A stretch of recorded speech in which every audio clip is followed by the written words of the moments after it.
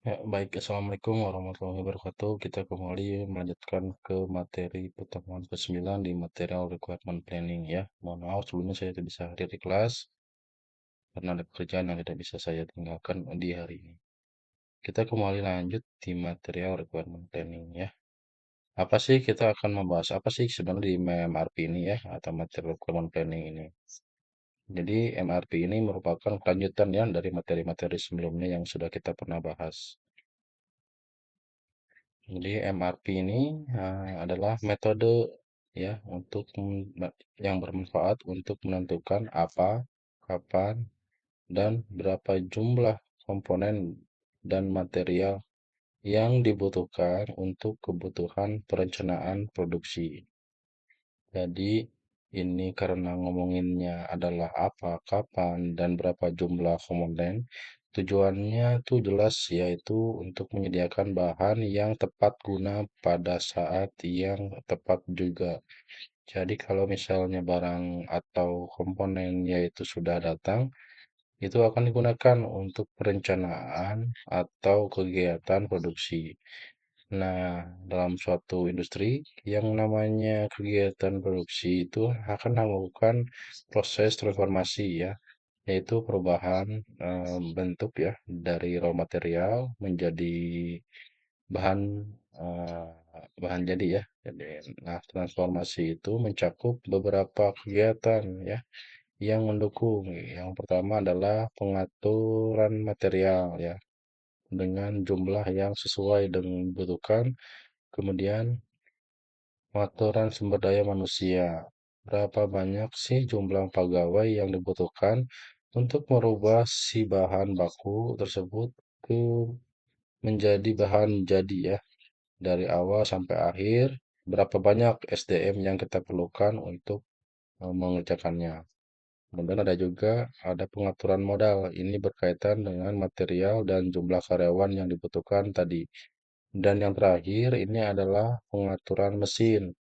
Pengaturan mesin ini pasti melibatkan pengoperasian mesin ya. Itu ada cost yang keluar, jadi harus dibuat seperti mesin ini harus seoptimal mungkin ya.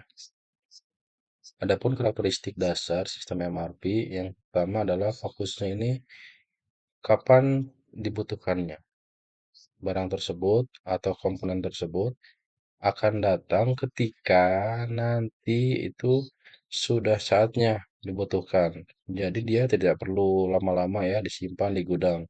Karena seperti yang sebelumnya kita juga kan kita tahu ya bahwa menyimpan barang di gudang itu ada cost yang dikeluarkan atau inventory cost ya. Nah, itu ada biaya keluar. Selanjutnya itu juga ada perhatian ya terhadap prioritas pemesanan. Karena akan dalam produksi itu barang yang dibutuhkan itu nggak cuma satu, tapi banyak sekali varian ya.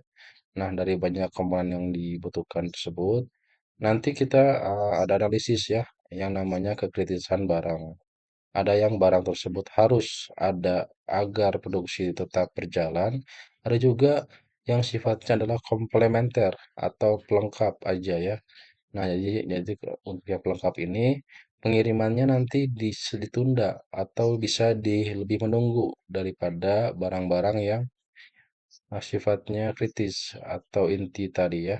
Nah, di sini hal yang paling penting akan nampak itu adalah adanya integritas, integrasi antara pertama pihak produksi, karena pihak produksi nanti yang akan ngasih tahu kita butuhnya sekian.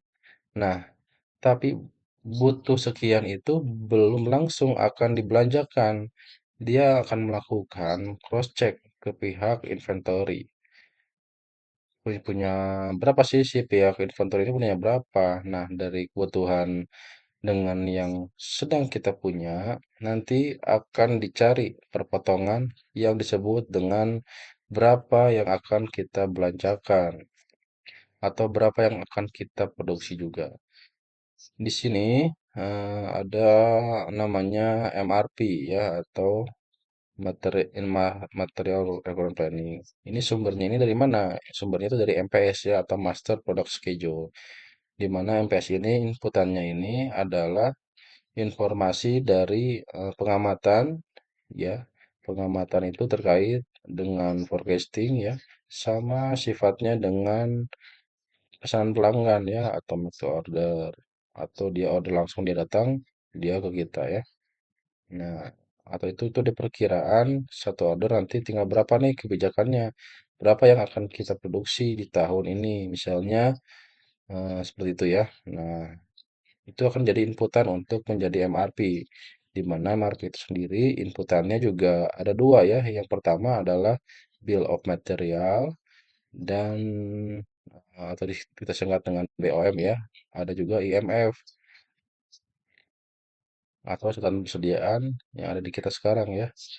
Nah, di sini MRP ini sendiri nanti keluarannya itu adalah jumlah dan kekeluaran jumlah dan jenis pesanan itu ada berapa banyak dan kapan pesanannya itu, sama dia nanti dipesannya itu sifatnya seperti apa, dikirimkah atau sifatnya masih nunggu atau dan lain-lain ya. Nah, di sini ada MRP ya. MRP ini akan menghasilkan dua nih. Yang pertama adalah plan order release dan release work order. Untuk plan order di sini adalah kapan pesan ini akan dilakukan. Dan juga ini ya, release work order atau kapan komponen tersebut akan dimulai atau dilakukan ya. Nah, nanti itu akan menghasilkan PO ya, purchase order, kemudian ada juga work order dan pekerjaan apa yang harus dilakukan itu ya, sama reschedule notice. Nah, di sini ada contoh kasus ya. Ini ada kita akan membuat sebuah kok bulu tangkis ya.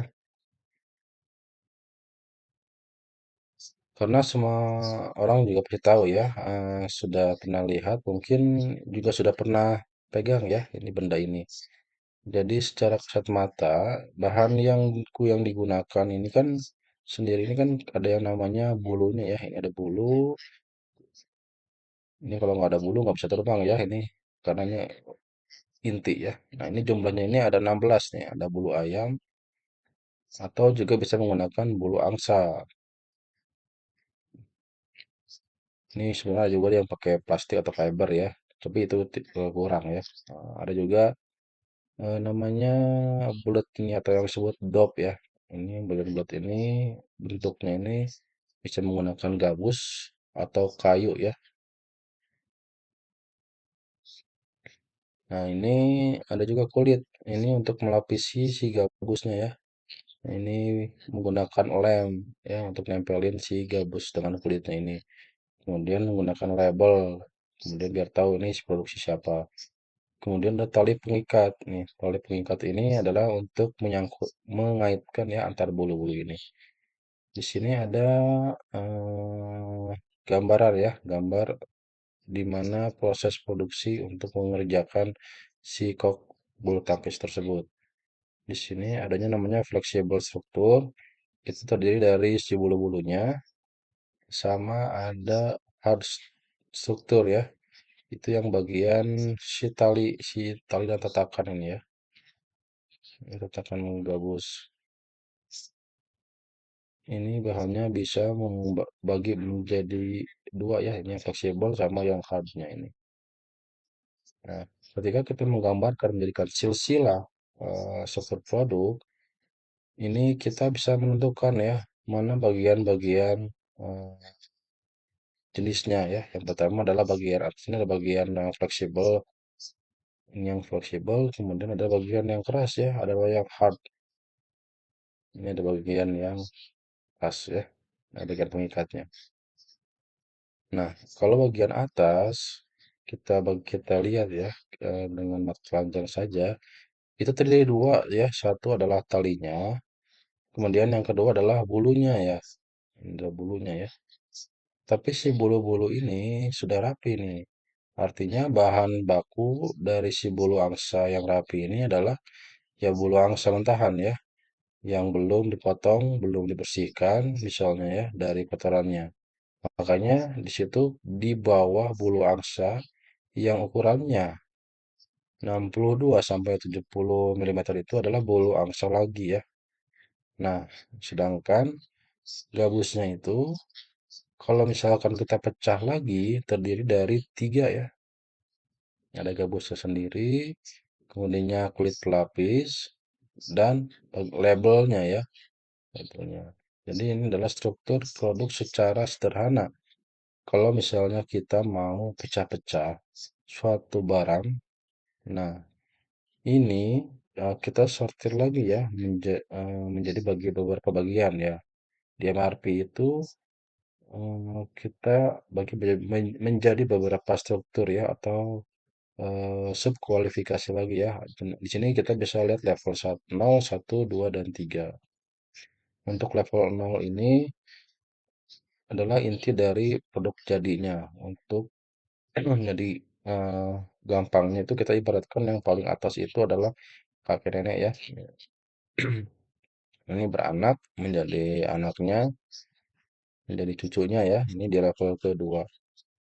Ini ciri-ciri terakhir di level 3 ya. Ini untuk mempermudah eh, menggambarkan ya. Contohnya seperti itu. Di sini ada namanya di level 1 ya ada B kurung 2 ya. Ini adalah untuk produk B itu kan dua ya. Ini ada dua. Jadi untuk membuat sebuah produk A ini membutuhkan dua komponen B. Ini ada juga C kurung satu. Ini artinya adalah untuk membuat sebuah produk A membutuhkan satu komponen C ya. Nah, dan seterusnya juga. Nah, di sini ada keterangan beli ya. Adalah jadi di sini tuh produk ini ada komponen yang harus kita beli ya. Ini kita istilahnya apa ya subkontrak ke luar ya. Nah, ini nanti akan ada keterangan itu juga struktur produk Anda sedangkan L ini ya sama dengan 3, L sama dengan 2 adalah lead time-nya ya. Ini adalah waktu yang dibutuhkan untuk eh, membuat produk komponen tersebut atau mendatangkan produk tersebut ya, komponen tersebut ya ketika kita akan merakit sebuah produk itu. Nah, di sini ada beda-beda ya, ada L3, ada L2 dan L2 lagi. Di sini harus pastikan dulu ya, dipastikan ini orang tua dari orang tua siapa juga. Kayak B, C, D ini adalah orang tuanya adalah A ya, ini harus jelas. Kemudian juga kayak E dan F ini adalah orang tuanya B ya. Nah, ini harus teman-teman bisa tahu ini. Kemudian setelah kita bisa menggambar silsilah tadi ya, kita lanjut ke namanya bill of material atau kita translatekan dari silsilah tadi itu menjadi dalam bentuk tabel atau kita sebut kita dengan bill of material. Bill of material ini sama aja ya dengan struktur produk tadi ya, cuma ini sudah dibentuk dalam tabel ini mempermudah kita ya untuk menentukan eh, apa saja yang akan dan jumlahnya berapa yang akan dibuat. Di sini ada level-level komponen 0, 1 dan seterusnya. Kemudian ada juga komponen dan item. Di sini ada produk A, B, C dan seterusnya. Di sini jumlahnya juga ada keterangan ya, berapa jumlah komponen yang dibutuhkan ya. Kemudian adalah sumbernya. Ini ada yang dibuat, ada yang sudah dibeli ya.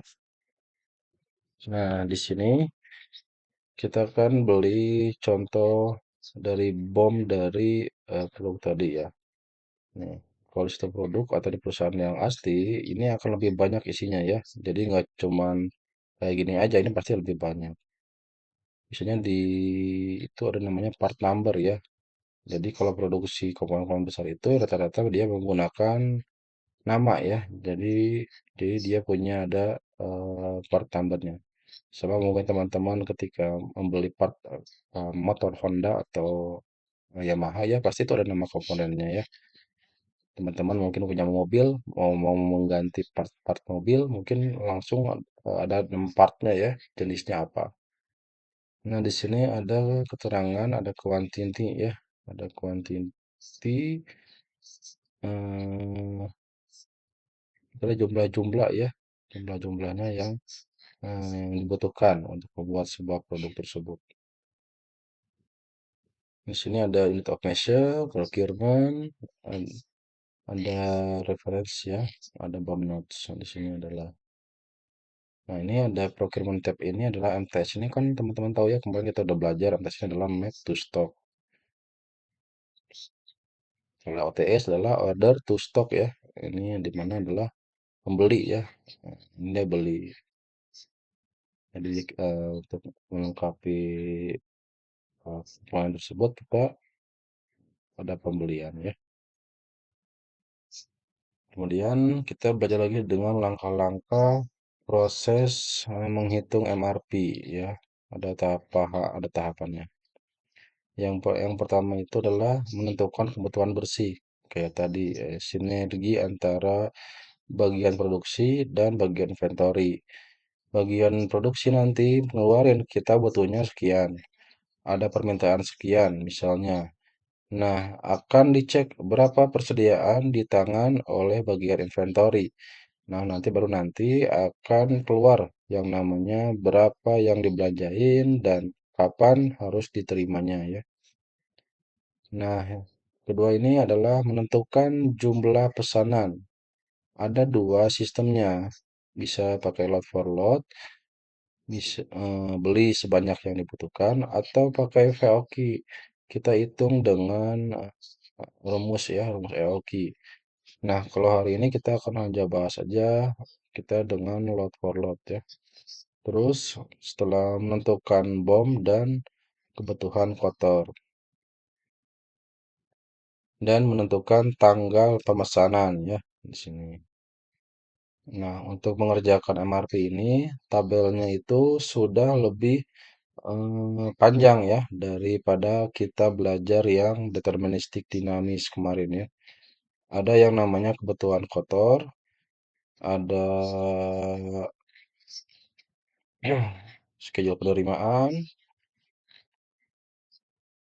Nah, untuk schedule penerimaan ini adalah kalau kita sudah punya janji menerima barang, ya kita sudah belanja nih, tetapi barangnya belum dikirim sekarang. Nanti misalnya 2 mingguan atau 3 mingguan ya. Nah jadi nanti kita tahu schedule penerimaan itu kapan.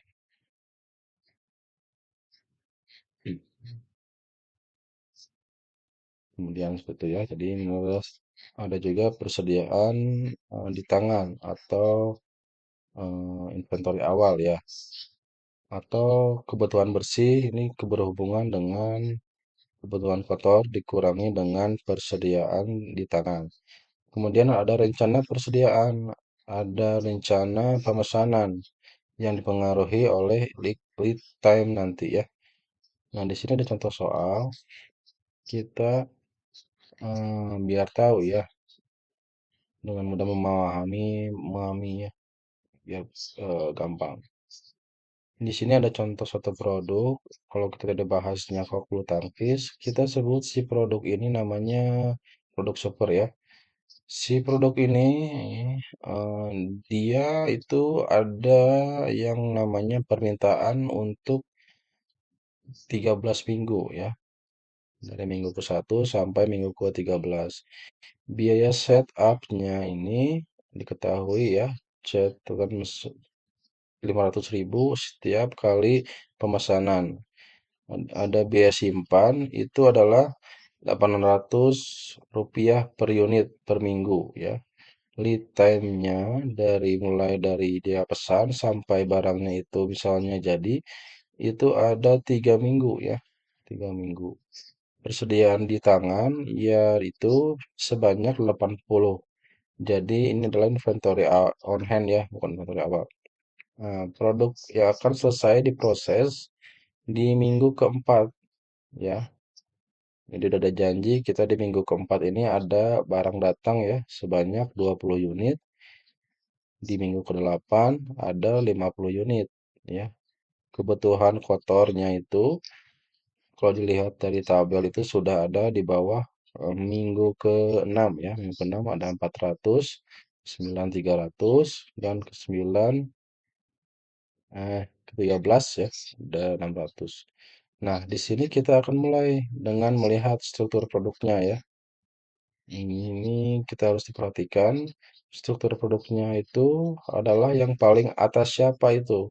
Adalah produk super ya. Di bawah produk super itu ada siapa? Ada H, ada K ya. Di bawah H ada lagi ini ada W dan Z. Jadi teman-teman silakan tentukan struktur produknya ya. Siapa yang ada di atas siapa nih?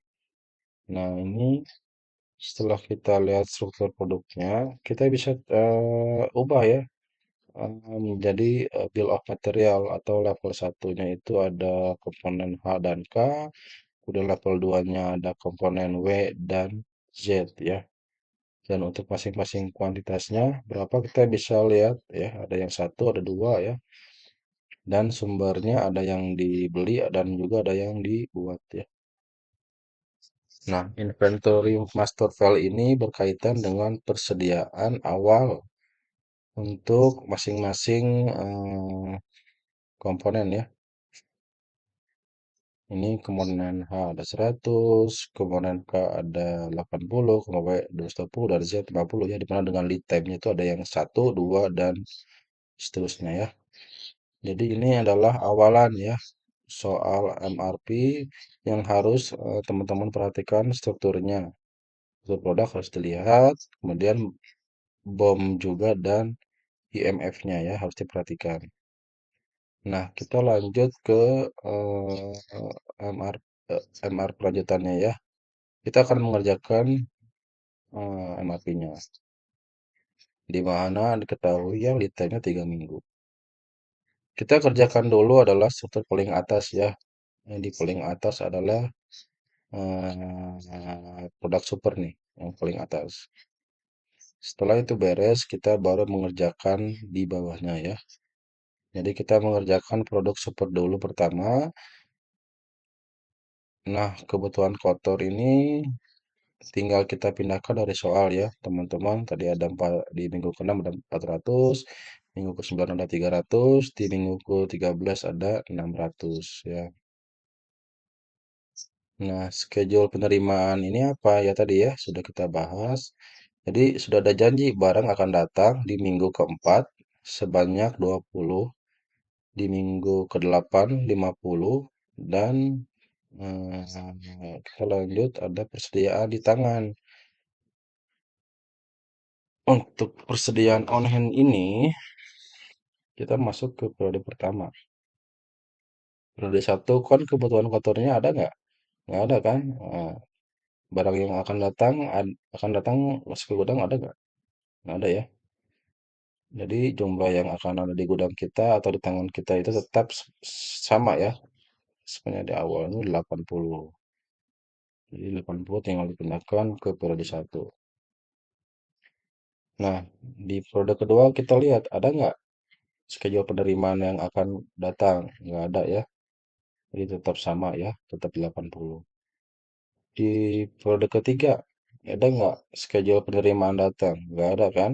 Nggak ada kebutuhan kotor juga nggak ada ya. Jadi tidak ada, makanya dia tetap ya 80. Di periode keempat, ini ada schedule penerimaan. Ini 20. Sehingga persediaan di tangannya itu dijumlahkan ya. 80 ditambah 20 menjadi 100. Dimana ini ya tahu ya bahwa jumlah penerimaannya itu adalah 20. Jadi yang awalnya persediaannya kita punya 80, ada tambahan ya, ada tambahan 20. Kemudian di periode kelima, ada nggak barang yang datang? Ini kan nggak ada ya. Kebutuhan kota juga pun tidak ada ya, kosong. Jadi kita tetap sama ya di persediaan di awal ya, 100. Ini, nah kita masuk ke periode keenam. Ini ada kebutuhan kotor. Tapi skill penerimaannya kosong ya. Nah, artinya kalau kebutuhan kotor adalah mengurangi persediaan kita. Nah, ini ada kebutuhan bersihnya. Jadi 300 ya. Jadi jadi kita punya 100 tapi dia minta 400. Jadi kita masih kurang 300 ya. Nah, dari kekurangan 300 ini kita masukkan di kebutuhan bersih. Simpan di sini ya di kebutuhan bersih. Nah, karena kita pakainya itu adalah load for load, berapa kita butuhkan itu yang kita belanjakan, maka rencana terima pesanan itu juga sebanyak kebutuhan bersih ya. Ini tinggal di copy aja ke bawah. 300-nya dipindahin ke bawah juga sama. Nah, 300 ini kan awalnya ada di periode ke-6 ya. Oh, tiba-tiba di rencana ada minggu ketiga ya. Nah, ini kita tahu ya di soal ya ada lead time untuk ini adalah 3 minggu ya, lead time-nya 3 minggu. Jadi dia maju 3 kotak ya, 3 kotak. Ya, jadi masuk ke periode ke-7, kita persediaan di tangan sudah habis ya, sudah dipakai di periode ke-6. Di periode ke-8 kita datang ada schedule penerimaan di 50. Nah, jadi sudah ditambah, jadi ada on hand kita punya 50. Di produk ke-9 kita punyanya 50 ya, tapi ada kebutuhan kotor di 300. Kita masih belanja ya, kita kurang kan, karena kita kurang kita harus belanja 250. Rencana terimanya juga sama ya, ini 250. Kemudian untuk rencana pemesanan baru dimajukan ya 3 periode ya di 2,5. Nah, itu cara mengerjakannya sampai ke periode ke-13 ya. Ini sama ya. Teman-teman cek persediaan di tangannya berapa, kemudian schedule penerimaannya berapa, dan kebutuhan faktornya berapa. Jadi intinya kalau schedule penerimaan itu nambah, sedangkan kebutuhan faktor itu dikurangi ya. Ini adalah MRP untuk produk super ya, yang letaknya paling atas di struktur produk. Nah, di sini teman-teman juga harus perhatikan bagian yang paling bawah yaitu rencana pemesanan. Nah, rencana pemesanan ini harus diperhatikan karena rencana pemesanan dari produk super yang ada di struktur produk yang paling atas itu akan menjadi input ya untuk level di bawahnya. Jadi rencana pemesanan produk super itu akan menjadi kebutuhan kotor untuk komponen-komponen. Di sini ada komponen H dan komponen K ya. Ini diperhatikan rencana pemesanan produk super periode ketiga 300, periode ke-6 250, periode ke-10 600. Nah, begitu kita masuk ke komponen H dan angkanya kita tahu ya. Angkanya sama ya. Ini ada 300 di periode ketiga, ada 250 di periode ke-6 dan ada 600 di periode ke-10. Anda cek di bagian IMF juga, ada nggak schedule penerimaannya di minggu keberapa aja, ternyata nggak ada ya. Nah, persediaan di tangan ada nggak? Lihat di IMF ya, ini nggak ada juga. Terus diperhatikan juga, lihat cara pengerjaannya sama nggak. Nah, teman-teman cek, perhatikan ya, berapa persediaan di tangan dan berapa schedule penerimaan dan berapa kebutuhan kotornya. Untuk proses pemesanan, jangan lupa dimajukan sesuai dengan lead time-nya ya. Nah, ini di sini sama seperti tadi. Teman-teman harus memperhatikan ini rencana pemesanannya ya. Dari rencana pemesanan dari komponen H Ini buat apa sih Pak kita melakukan rencana pemesanan ini biar tahu manfaatnya itu sebagai kebutuhan kotor ya untuk level yang ada di bawah dia ya. Jadi kalau dilihat dari struktur produk, H kan masih ada kebutuhan juga kan. Ini ada kebutuhan W dan Z ya. Jadi kebutuhan kotor W dan Z itu nanti sumbernya dari mana? Dari rencana pemesanan yang sudah kita hitung ya pakai MRP komponen H. Jadi ini komponen W dan Z ini ini sumbernya bukan dari super lagi tapi adalah sumbernya dari MRP dari H ya. Komponen H. Nah, ini kita masuk ke MRP komponen K ya, di mana lead time-nya adalah 2 minggu. Nah, diperhatikan di bagian kotornya ini ada kebutuhan kotor ini atau level 1 sumbernya dari rencana dari super ya. Tapi ini kenapa ya angkanya beda? Nah, ini angka ini berkaitan dengan kalau di struktur produk itu kan ada gambarnya ke dalam K dalam kurung ya 2 ya. K2. Nah, untuk membuat suatu produk super membutuhkan dua komponen K. Ya, maka rencana pemesanan produk super di MRP itu dikalikan dua ya, dikalikan dua, dikalikan kuantitinya. Jadi karena ini karena ini pemesanan apa? Jadi karena ini produknya dibutuhkannya dua ya tinggal dikaliin aja ya kebutuhan kotornya. Jadi ini harus diperhatikan ya. Quantity itu adalah sebagai pengali ya untuk kebutuhan kotor di level bawahnya. Nah, cara mengerjakannya sama nggak? Ini sama ya, sama-sama aja. Teman-teman tinggal dicek ya. Yang berbeda hanya lead time-nya aja. Kemarin lead time-nya 3 minggu, sekarang lead time-nya 2 minggu ya.